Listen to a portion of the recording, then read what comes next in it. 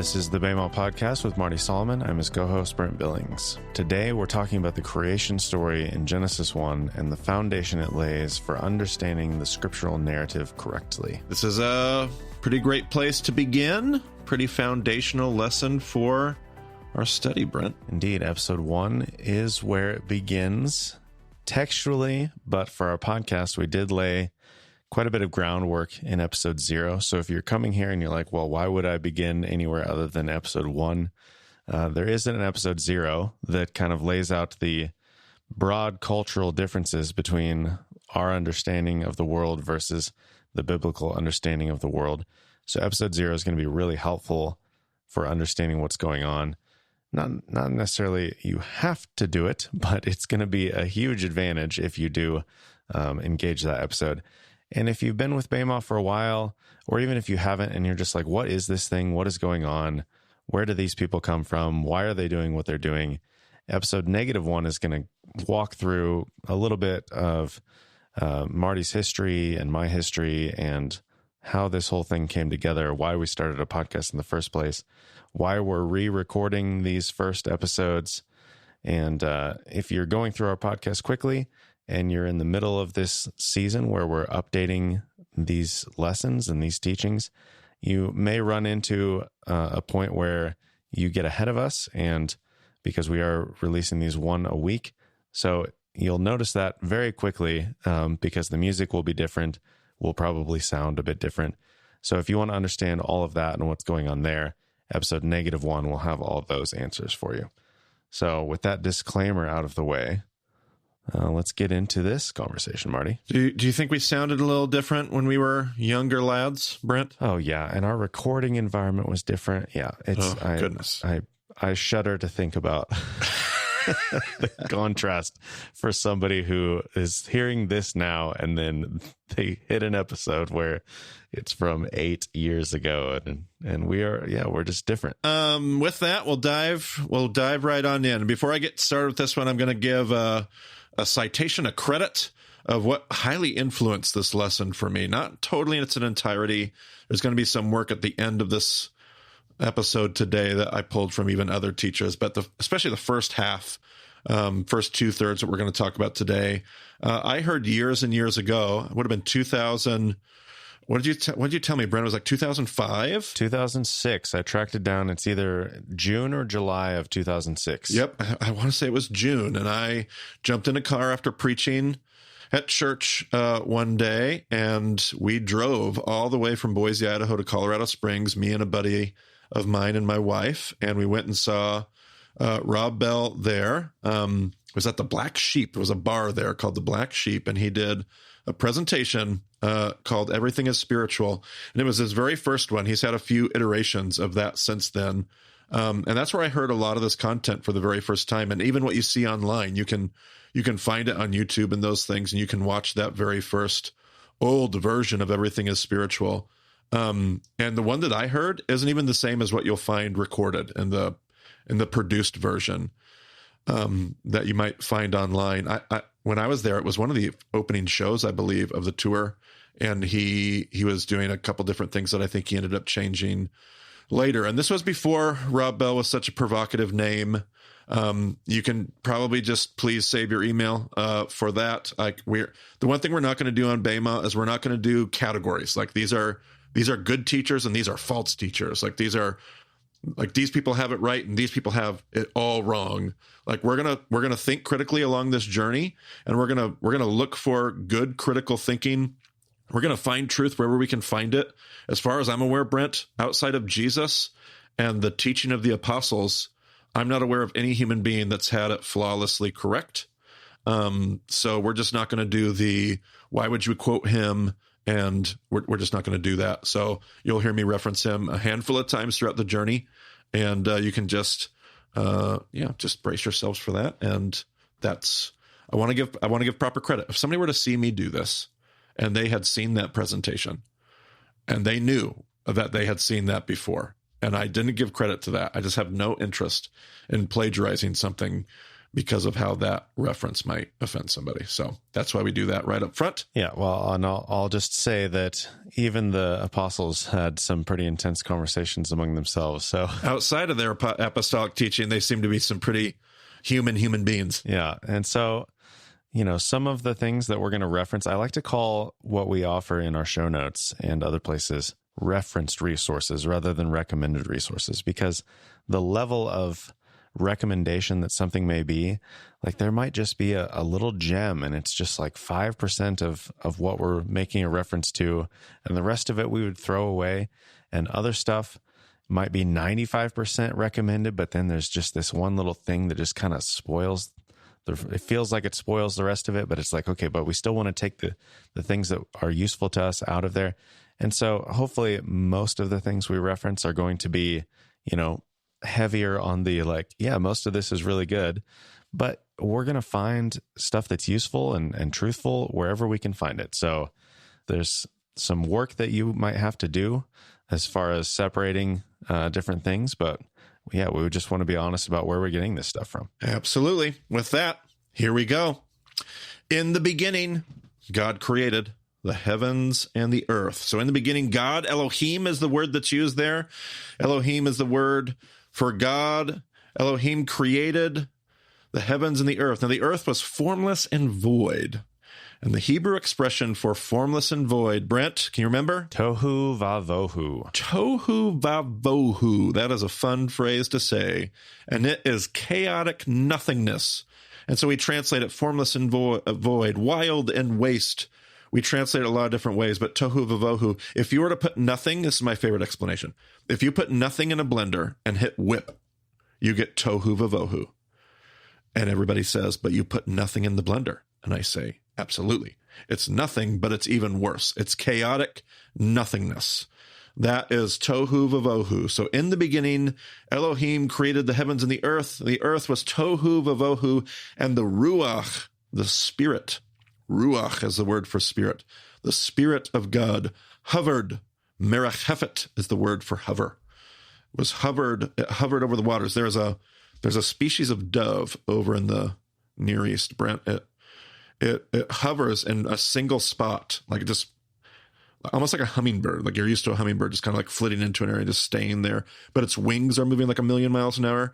This dove, its wings are just moving like normal, and yet it just stays in like one. It's the weirdest looking thing. If you've seen it, I've seen it a number of times in my time over in that region in Israel, and it's just fascinating. That's the idea of merahefeting. So you have the world being tohu vavohu, chaotic nothingness, and the spirit is merachefeting over the surface of the deep. And God said, let there be light. And so in these first opening verses, we see this God interacting, in a sense, in three different ways. This God, Elohim, is creator. In the beginning, God created the heavens and the earth. This God is spirit. The ruach of God, the spirit of God, hovered over the surface of the deep. And this God is, on some level, there's a relationship to word.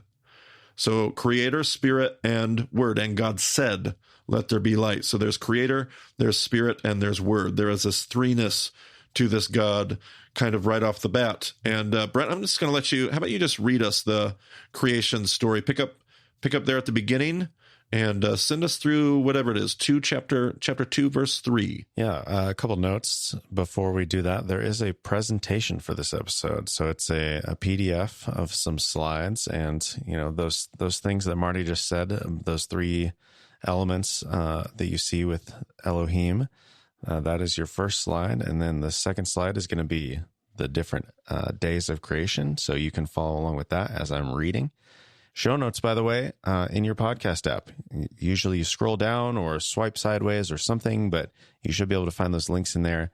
If for whatever reason you can't find them in your app, you can always go to bamodiscipleship.com, and if you type /episode number, so bamodiscipleship.com/1, will take you directly to that episode page, and you can load that up at your leisure. Sounds good. And we'll jump in and hear the words of the text itself. In the beginning, God created the heavens and the earth. Now the earth was formless and empty. Darkness was over the surface of the deep, and the Spirit of God was hovering over the waters. And God said, "Let there be light." And there was light. God saw that the light was good, and he separated the light from the darkness. God called the light day, and the darkness he called night. And there was evening, and there was morning the first day. And God said, "Let there be a vault between the waters to separate water from water." So God made the vault and separated the water under the vault from the water above it. And it was so. God called the vault sky. And there was evening, and there was morning the second day. And God said, "Let the water under the sky be gathered to one place, and let dry ground appear." And it was so. God called the dry ground land, and the gathered waters he called seas. And God saw that it was good. Then God said, "Let the land produce vegetation, seed-bearing plants, and trees on the land that bear fruit with seed in it according to their various kinds." And it was so. The land produced vegetation, plants bearing seed according to their kinds, and trees bearing fruit with seed in it according to their kinds. And God saw that it was good. And there was evening, and there was morning the third day.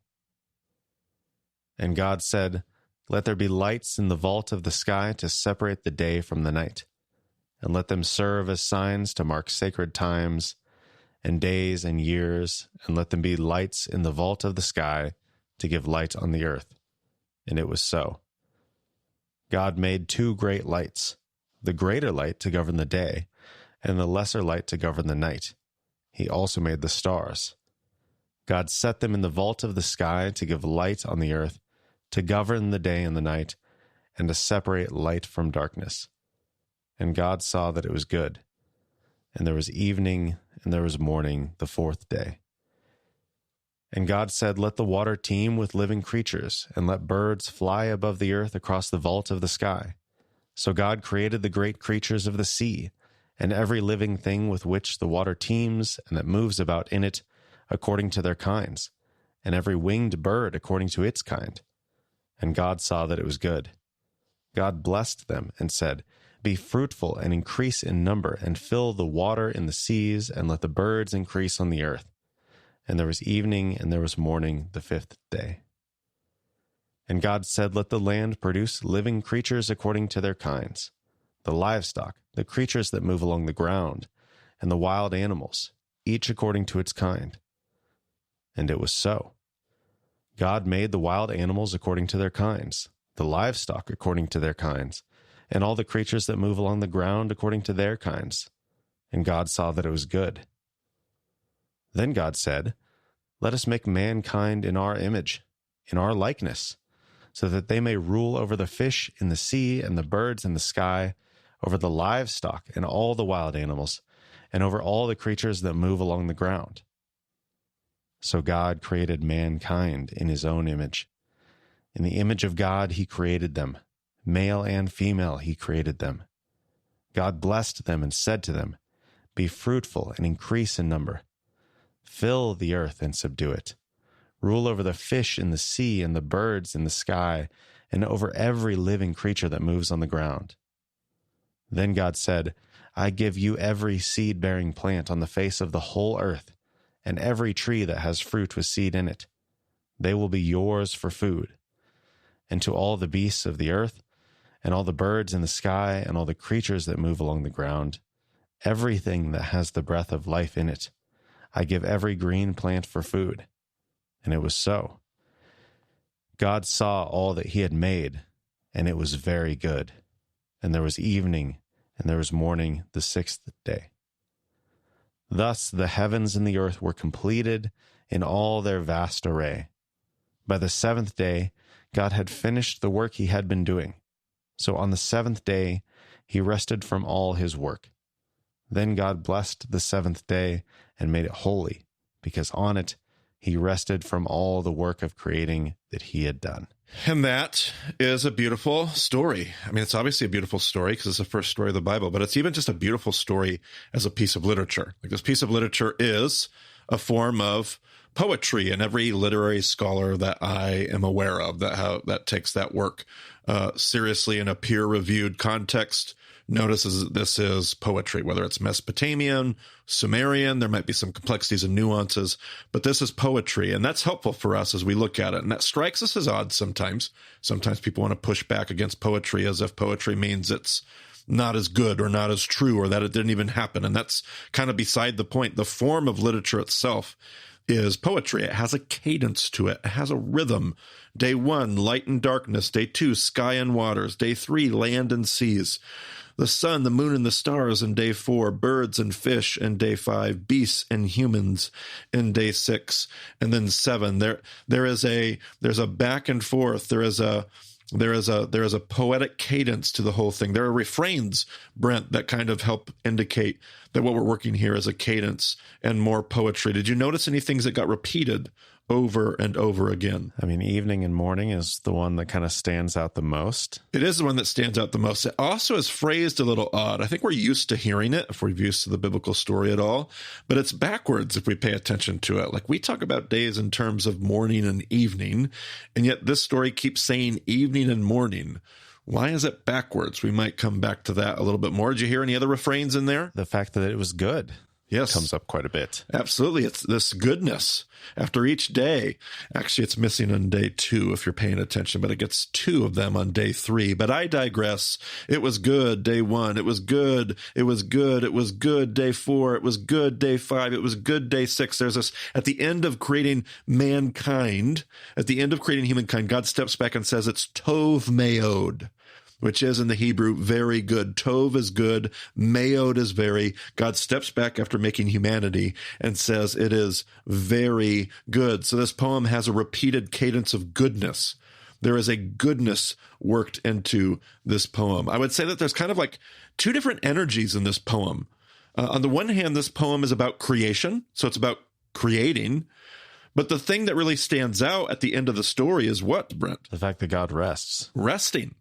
So this poem has like a back and forth between a creating energy and a resting energy. This poem as a piece of literature is this beautiful story that has a cadence to it and this back and forth nature to its telling. But let's really kind of make sure that this isn't just some crazy newfangled idea that biblical scholars have come up with. Like, let's lean into this and see if we really do think that this is poetry and not just some, again, we talked about this in episode 0, Brent. The Western mind always wants to focus on what happened and how it happened. So we really focus on the what and the how versus the who and the why.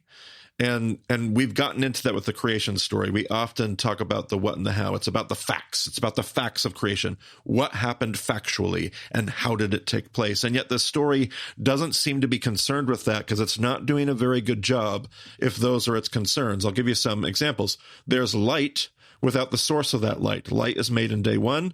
The source of that light, the sun, not showing up until day 4. I have plants without the sun. So I have plants without the sun that's necessary for them to grow.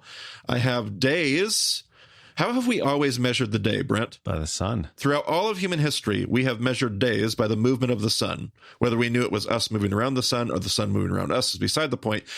Measuring a day has always been in relationship to the sun. But the sun's not made until day 4, which raises the question, how do we know that the first 3 days are even days? Like, we're not dealing with a science, a lab report that's trying to tell us what happened or how it happened. That's not its concern. It's not about the how. It's about the who, God, and the why. So we have a story that's about creating and resting. When you look at the story, Brent, actually, if they jump to their next slide, you're going to notice that actually on the first 3 days, God doesn't actually create much of anything. God separates. The first 3 days, God separates light from darkness. He separates the waters above from the waters below. He separates land and seas. And then the next 3 days, God fills what he has previously separated, which kind of gives you a sense, there's 3 and there's 3. So there's 3 days of separating. There's 3 days of filling. And it gives you a sense that there's almost like a middle. Like there's a middle to the story. Like you could take the story and you could fold it up on itself. To further show you this, it's not just that God separates and that God fills. It's that God separates and then he fills what he previously separated in order. So if you look at day 4, the sun, the moon, and the stars go in the place where light and darkness come from. The birds and the fish go in the sky and the waters. The beasts and humans go on the land and the seas. So day 4 corresponds to day 1. Day 5 corresponds to day 2, and day 6 corresponds to day 3. This story definitely has a front half and a back half that correspond directly to each other. There is a line down the middle of the story where you could fold the story in half, almost like a mirror, where the front half is being reflected in the second half. Now, in the ancient world, this was a common literary device. It's not just found in Hebrew, it's found in other languages as well. It's called a chiasm, or sometimes the formal term chiasmus. Chiasmus. And a chiasm can show up in a lot of different forms. It can just be a parallelism. It can be an inverted parallelism. It can have, but this literary device means that side 1 is talking to side 2. And there are multiple kinds. I know Kenneth Bailey is a scholar that often has talked about the multiple different kinds of chiasmus that you might find. And when you start to dive into this, and maybe before we even do, Brent, before we start diving too far into this, let's make sure that what we're dealing with is it. Let's just make sure that we're seeing the cadence, we're seeing the rhythm, we're seeing the poetry. Have you noticed me mentioning any particular numbers? Have I mentioned any numbers so far more than once? Well, we have the 3s, the 3 days on the front, the 3 days on the back that mirror each other. Absolutely. So 3 is definitely a play. We had a few other things that were 3 as well. Absolutely. We had the threeness of God at the beginning of the story. Some have pointed out that when you go to the end of the story, the mention of God creating shows up 3 times. So God creating is mentioned 4 times in the entire story, but the last 3 show up like verse 27 and then verse 1 and verse 3 or something like that. So there's threeness of creating at the end. There's a threeness to the creator. There's 3 days of separating. There are 3 days of filling. There's also how many days, Brent? How many days do we got altogether? 7 days. 7. So we might start to look at the poem and ask ourselves, are there any patterns of 7? We might notice that the first verse has 7 Hebrew words in it, 7 times 1. We might notice the second verse has 14 Hebrew words in it, 7 times 2. We might notice that the word earth appears 21 times in the poem, 7 times 3.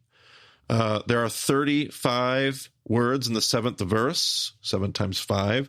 God is mentioned 35 times in the poem, 7 times 5. It was so is a phrase that shows up 7 times. And the phrase, and God saw, shows up 7 times in the poem. Now, as I originally heard this, the teacher said, well, if I'm seeing patterns of 3 and if I'm seeing patterns of 7, it only raises the question, I wonder if I will see patterns of 10, which we all laughed at because we thought that was a clever little funny joke until the teacher said, actually, you do end up finding that the phrase to make occurs 10 times in the poem. The phrase according to its kind occurs 10 times in the poem. The phrase, and God said, occurs 10 times, but wait, Brent, it gets better. 3 times it's talking about people. 7 times it's talking about other creatures. The phrase, let there be, occurs 10 times in the poem, 3 times in reference to heavens, 7 times in references to the earth.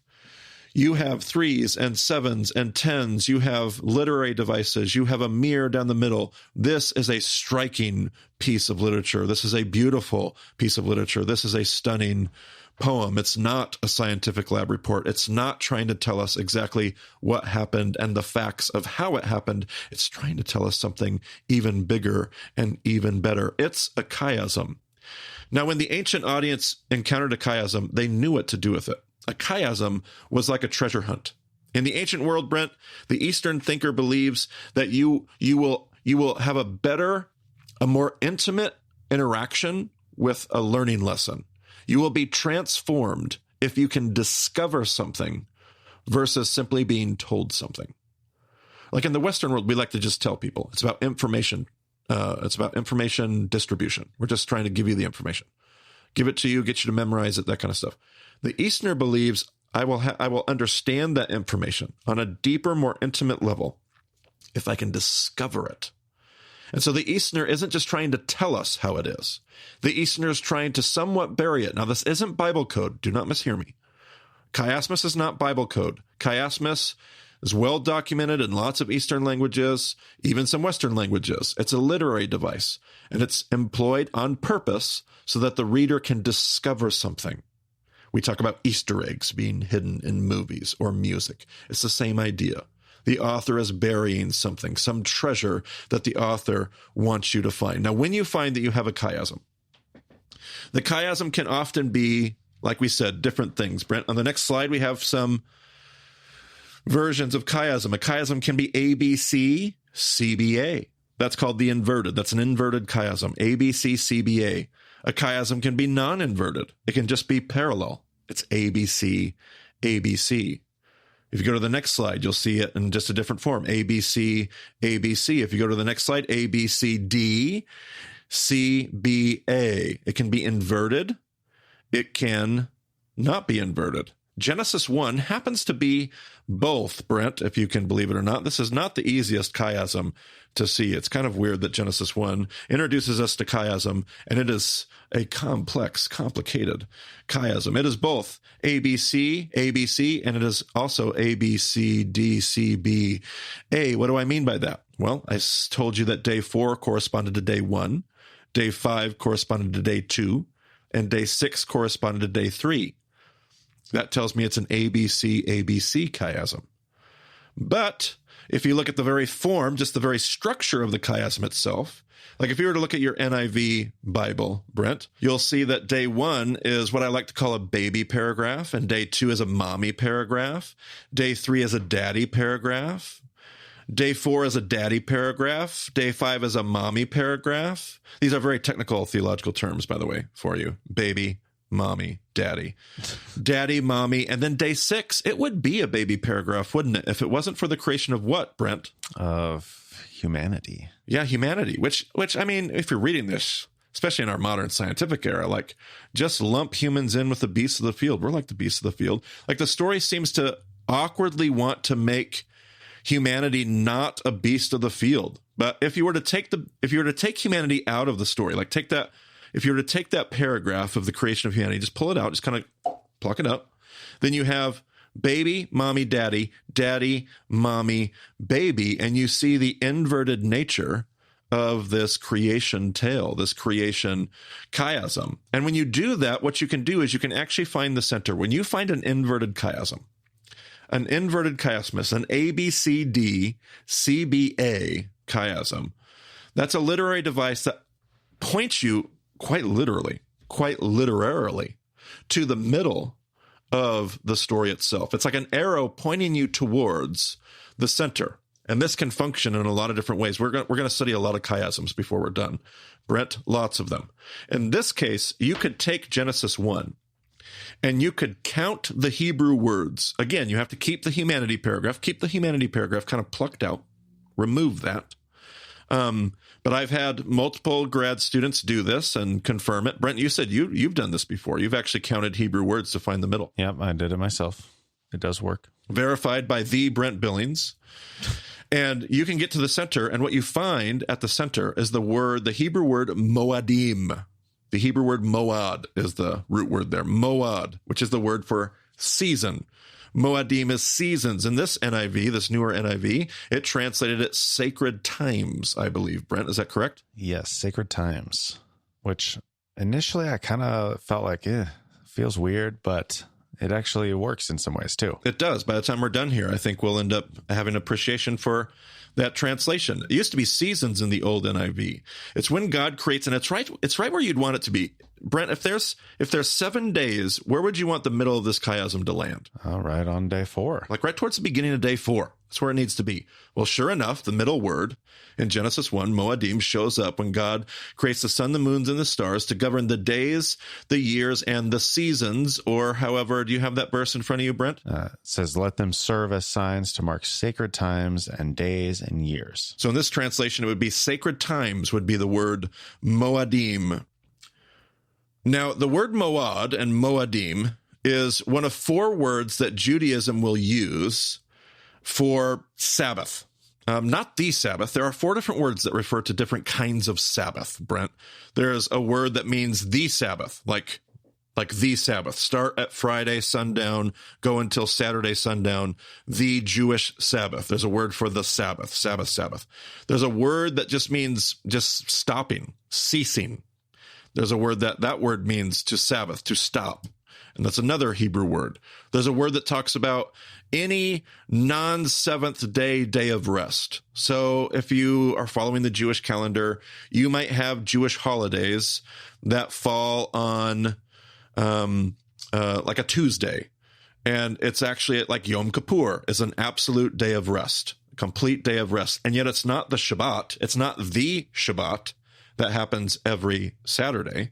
It is a Shabbat. And there's another word for that. So there's the Shabbat, there's a Shabbat, there is Shabbating, stopping. And then there's the idea of festival, party, sacred times, seasons is the other Hebrew word. That word is moad, moadim, the seasons or the sacred time. And so this word is what ends up at the center of your chiasm. Okay. But why?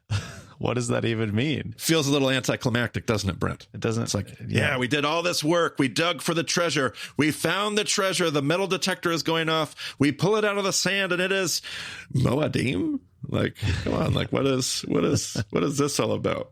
So let's unpack this. Why could this be our treasure? Well, Brent, who traditionally, I'm not saying literally historically, but traditionally speaking, who is the first people to hear this story? This story comes from Moses.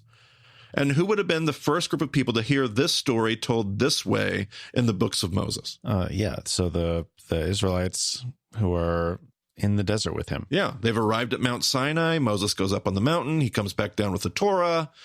The people that hear this story in this form for the first time in the books of Moses should be the people of God, the Israelites at Mount Sinai. The Israelites just came out of where, Brent? Out of Egypt. Out of Egypt. Story of the Exodus, story of the Passover. And what were they doing while they were in Egypt? They were slaving away, making bricks and other stuff. Absolutely. They were slaves, and I'm sure they had lots of jobs, and yet the one job that we hear about in the Bible is the job of brick production. So we'll just work with this idea of producing bricks. Like if you're a Hebrew slave, your value is tied in Egypt.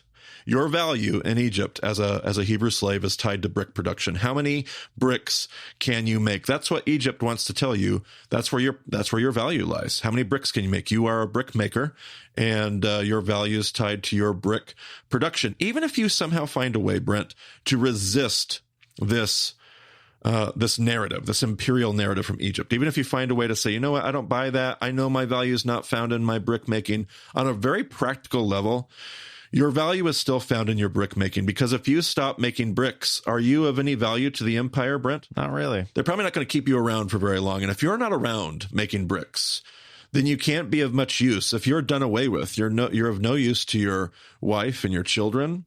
And we probably know what they're going to do to your wife and your daughters if you're not around to be there to provide. And if we probably know what they're going to do with your sons. Like, in a very practical way, you have to make bricks, and your value, your identity, your security is tied to your brick production. So God rescues this group of people from this reality. He brings them through the Red Sea. He leads them through the desert to Mount Sinai. And the very first lesson he wants to teach them, this is the first story.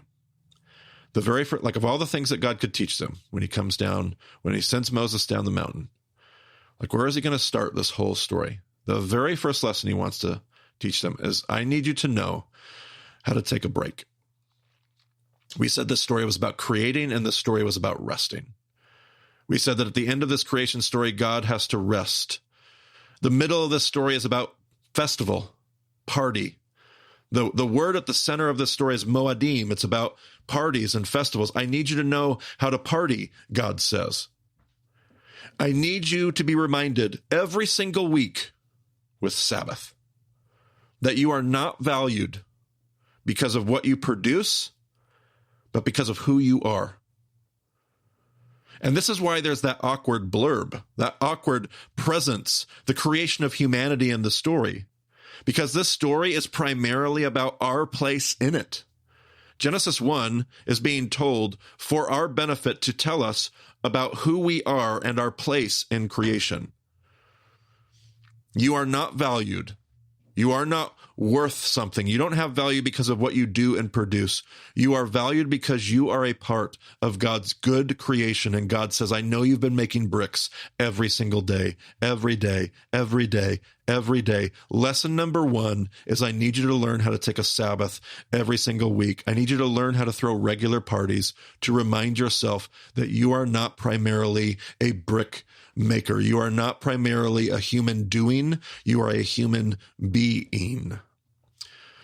Leads me to this thought, Brent. Why does God rest? Does God need to rest? Is God out of divine creativity units, Brent? I mean, I wouldn't think so. I wouldn't think so. God is resting because God has done everything there is to do. Can you read that verse? I think it was Genesis 2. I think it was 1, maybe. It might have been the last verse of chapter 1, but there's somewhere in there it said, God finished the work, and so he rested. 2 verse 2. All right, 2:2. Give it to us. By the seventh day, God had finished the work he had been doing. So on the seventh day, he rested from all his work. Okay, so God finished the work, and so he rested. Why did God rest? Because the work was done.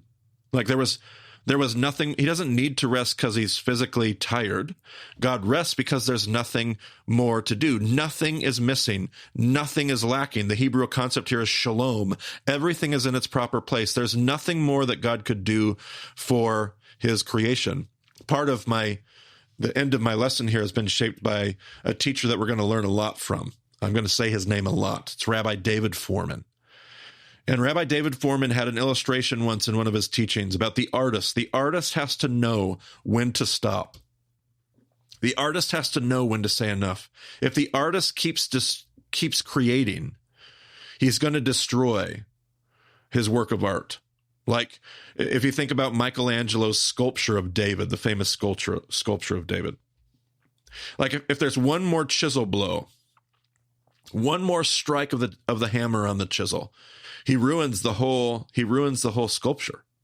He has to know when the sculpture is done. He has to put the chisel down and say, it is finished, in a sense. I've also heard, I think actually the illustration I originally heard from Foreman is imagine the Mona Lisa. Like Da Vinci has to know when to stop painting. Otherwise and I've had a student come up to me once and say, that's actually like a really bad example. They were an art major and they said, legend is that Da Vinci worked on the Mona Lisa until the day he died. I don't know if that's true, but that's what I was told. And so maybe that's not even the greatest example there. Well, and Michelangelo too. I've had somebody comment to me that Michelangelo is the only that we know of, the only uncircumcised Jew in the world. So probably could have used just a little more chiseling. The David there on that statue probably needs another strike or two from the chisel. Somebody get a moil in there. I love that. So there you go. So that's that idea. I think the illustration stands though. Like, I mean, we know, like if you continue to add layers of paint to something, it's like, well, yes, pretty soon you have more paint than canvas, and it's like, absolutely, what are you doing? The whole thing collapses on itself because it's not meant to just have this endless creation, this endless addition to everything. Absolutely. And so God finishes because there's nothing more to do. God knows that it's done. And he steps back and he says, I just want to enjoy it. It's so good. It's tov meod. Creation is so good. And then he says, I just want you to enjoy it with me. Just come enjoy. We always want to say that creation is perfect in our Western world, but perfection is a Greek idea, Brent. It's static. Like when we think about heaven being perfect, heaven kind of seems boring and that's because perfection is a static concept. But creation wasn't perfect. Creation was good. It was dynamic. It was loaded with potential. Like it was ready to go somewhere. God made creation, and then he endowed creation with the ability to keep creating and keep producing. He put mankind in the garden. In the next story, he told them to take it somewhere. Like creation is good. It's not perfect. Creation is pure. Creation is shalom, but creation is going to go somewhere. And so if we notice, you talked about one of the refrains, Brent, and one of the refrains is missing from day 7. Which refrain is missing? The evening and morning one. The evening and morning. Rabbis have pointed out it's almost as if day 7 never ends. Every day of creation has the refrain. It was evening and morning the first day. It was evening and morning the second day, evening and morning the third day, evening and morning the fourth day, evening and morning the fifth day. It was evening and it was morning the sixth day, but there's no evening and morning. The seventh day in the story just kind of hangs on without an evening and morning, without an end, almost as if there's this invitation from God. Will you trust me on this story? I'm inviting you to enter into my Sabbath rest. I'm wanting to invite you to trust. We say this phrase in this study all the time, Brent. We will talk about trusting the story. Day 7 has no end because it's God's invitation to trust the story. And when we say that, we're not talking about trust the story that God's telling in your life. We're talking about trust the story of Genesis 1. Trust that God has made a good creation, not a bad one. Trust that this is also true about you, that we as human beings are a part of this good creation. We are not a mistake. We are not fundamentally at its core. We are not necessarily the problem to all of creation. We are a part of creation's goodness. Trust that God's love is enough. This is where God's story begins. It strikes me that we often start the story a bit too late. We love to start the story of the Bible in Genesis 3 with our sin and our struggle and the problem. But what we do is we miss the story of Genesis 1. And this is an invitation to trust that this is where God means to start his story. By the way, the phrase the seventh day occurs 3 times at the end of the story. So just, another one of those patterns. But yeah, all of these patterns, and some of them, the things that occurred 10 times, I mean, it was so is not particularly burdensome, but like according to their various kinds, it's like by the time you get to the end of some of these things, it's like, yep, okay, I'm just glad I'm done saying the same thing over and over again. Because to us, like it feels repetitious, but to these writers, they're actually saying something with these patterns. And I want to go back to this evening and morning idea and like the backwardsness of it. Right. Like we are, many of us are so familiar with it and we just don't even think about it. But if we stop and think about it, it is backwards from how we typically think about a day. So why is it backwards? Surely there's purpose behind it. As we've seen with all this other stuff, like there's purpose to what's going on here. So what is the purpose of evening and morning? Yeah, Jewish wisdom would say it's the very wisdom that we find in this story. It's worked into the very way that a Jewish mind defines the day. For the Jew, the day does not begin in the morning when you wake up. For the Jew, the day begins at nighttime when the sun sets. And that's a very poetic way for Jewish wisdom to say, your day does not begin with your production. You don't get up to start your day. You go to rest to start your day. Your day starts with rest. Your day does not start with brick making. It's one more way that God has baked into every single day, reminding you that your identity is not in being a human doing, it's in being a human being. It's not what you do, it is who you are. And I understand this as a dad. Like I understand that my kids, I love them so much. And my love for them, my value of them has nothing to do with what they do, how good of grades they get. We sometimes believe those lies. We sometimes even give those impressions. My love for them is about who they are. I love them before they do anything, before they make any mistake or accomplish any great task, before their triumphs or their defeats. I just love them. I love them when they go to bed like that. I love them when they go to bed. But I love them when as they are. Even when they're doing absolutely nothing. I remember my daughter was little. I used to come home and I used to just kind of walk in there before I would go to my own bed for the evening. And I would come home from work. If she was sleeping, I would sneak in there and just kind of sit by her bedside just to appreciate her. That's how God feels about his creation. He says, trust me that I feel that way. So a lot of students, when they learn this, will come to me with this realization. Like they have this realization that we need to practice Shabbat. Like we need to practice a Sabbath rhythm, which I totally love. I don't think that Gentiles need to practice a Jewish Shabbat. I don't think Gentiles need to go observe some Jewish observance of Shabbat.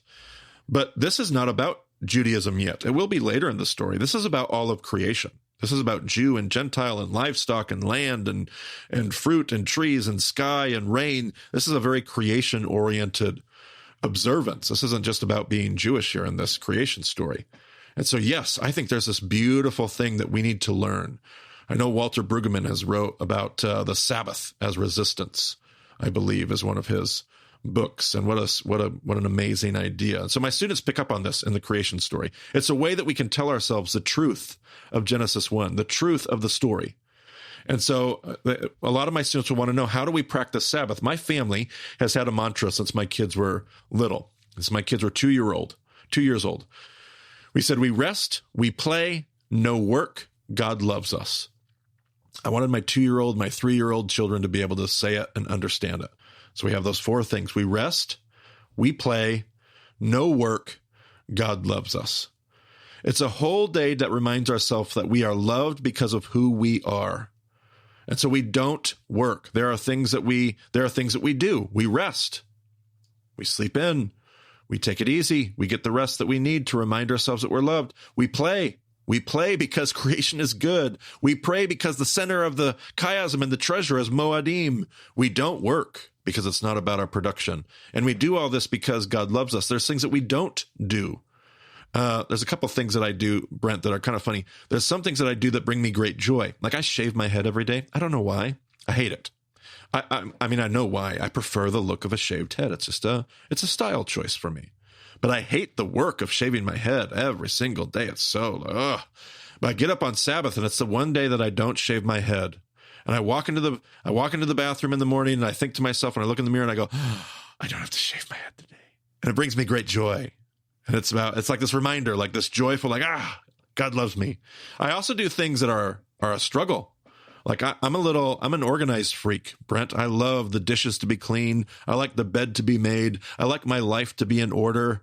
But on Sabbath, I don't wash the dishes. My wife would tell me I don't wash the dishes, period. But we don't do the dishes. We don't make the bed. We don't do the things. And even though I walk into a room and it's dirty and my insides go, and I kind of like, this is a day that reminds me I'm not loved because my life is in order. I'm not loved because... And so I do things that bring me joy. I do things that challenge me. But the whole point is that Sabbath is a truth-telling day. Sabbath tells me the truth. And the things that I do and the things that I don't do and the things that bring me joy and the things that challenge me, Sabbath is about telling me the truth that God loves me, that it is enough, that God's made a good creation and it's his world, not mine, and we're going to be okay. That's what Sabbath, that's what I'm trusting when I do that. It changes my posture from scarcity to abundance. Sabbath has the ability to change my posture from self-preservation. If I trust the story, I'm not trying to preserve self. I trust the story. I have everything that I need. I don't need, there's plenty for everybody. It's not scarcity, it's abundance. There's plenty for everybody to go around. So Sabbath leads me to a posture of self-sacrifice every day of the week, not just on Sabbath.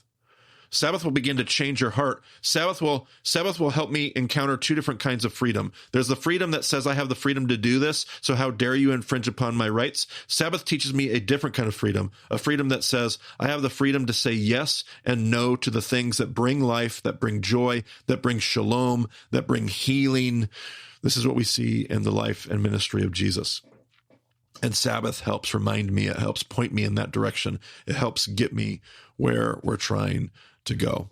And this is why it's so important, Brent, to start the story in the right place. When we start the story too late, we end up telling the wrong story. We have to start the story where God wanted to start the story. And that is in Genesis chapter 1, not chapter 3. It's an important reminder because we're so used to this other way of thinking about who we are and where our value comes from. Like, this is going to take time. This is very difficult. Absolutely. Like it's wildly simple and yet so complex and complicated and challenging, and like in some ways it changes everything about how we look at the world. Absolutely. Students will often write me and they'll say, am I doing it right? Which if you're asking the question, am I doing it right? The answer is no, no matter what you're doing or not doing, because you're still trying to figure out if you're doing it right. Sabbath is this thing that releases you from that, like, am I doing it right? No, we rest, we play, no work. God loves us. This isn't about doing it right. It's not about performance. It's not about check boxes. It's the one day of freedom that reminds me that I am simply loved no matter how I'm doing it. And it's a great reminder. So we probably have some resources, Brent, that we can throw in there. We talked about Sabbath as Resistance from Brueggemann. We probably should recommend The Sabbath by Abraham Joshua Heschel. That's like a Jewish classic. He's probably one of the greatest thinkers of the modern era in Judaism. Small little book, but it will be dense in substance. So there you go. Yeah, just this beautiful set of images and ways to think about Sabbath and try to slowly wrap your mind around what the Sabbath might mean and how you might engage it. But yeah, it is dense. So don't be fooled by I think it's like 120 pages or something like that. Yes. Don't be fooled. Don't be fooled by the page count. You'll need some time to get through it, but it's really good. Absolutely. So that does it for this first episode of Bema, Marty. And just as you're beginning this journey, I think we want to encourage people to keep moving because there's a lot of stuff here. There's a lot of concepts that are going to be unfamiliar, and the ability to just keep moving and not get stuck in one place, because the ultimate goal of this series, these first 5 seasons of the podcast, are to give you this overview of the Bible. And if you get stuck in season 1, then you never get to experience the like grand narrative that God is telling in the world. And so I know it's going to be so tempting because even on this episode, we've recommended so many things to check out as further resources. And you could stop for a few weeks and read through all those books, and that's cool. But also, then you get stuck. And so I would encourage people to move through these first 5 seasons and have that full picture of what God is doing, and then go back and dive deeper on the stuff that's most interesting, because you don't even know what's ahead of you. Like, you might think like, oh, this season 1 stuff is really interesting, and it surely is. But it's like you're going to get to season 4 and you're like, oh man, I wish I would have spent all my time here. So just keep moving, and you can go to BamaDiscipleship.com, check out the groups page on our website. You can find a group to join, or you can start your own. Either way, we'll help you. We have resources that will help you accomplish that, because doing this stuff in community and being able to wrestle through this stuff together is really important. So all of that is there on the website. Utilize those resources. And thanks for joining us and beginning this journey with us. We'll talk to you again soon. Hi, I'm Patrice Ward, a Bema listener originally from Bermuda, residing in Boise, Idaho. Here is the prayer from episode 1's companion. God, as we begin this new journey through the text together, we pray you soften our hearts to create that space with celebration and rest for you to come and fill. Give us peace when the chaos of our fears or doubts trouble us, for you are bigger than our questions and greater than our worries. Give us patience and grace with one another and ourselves as we seek to love you, love others, and become people of the text, people of you. Amen.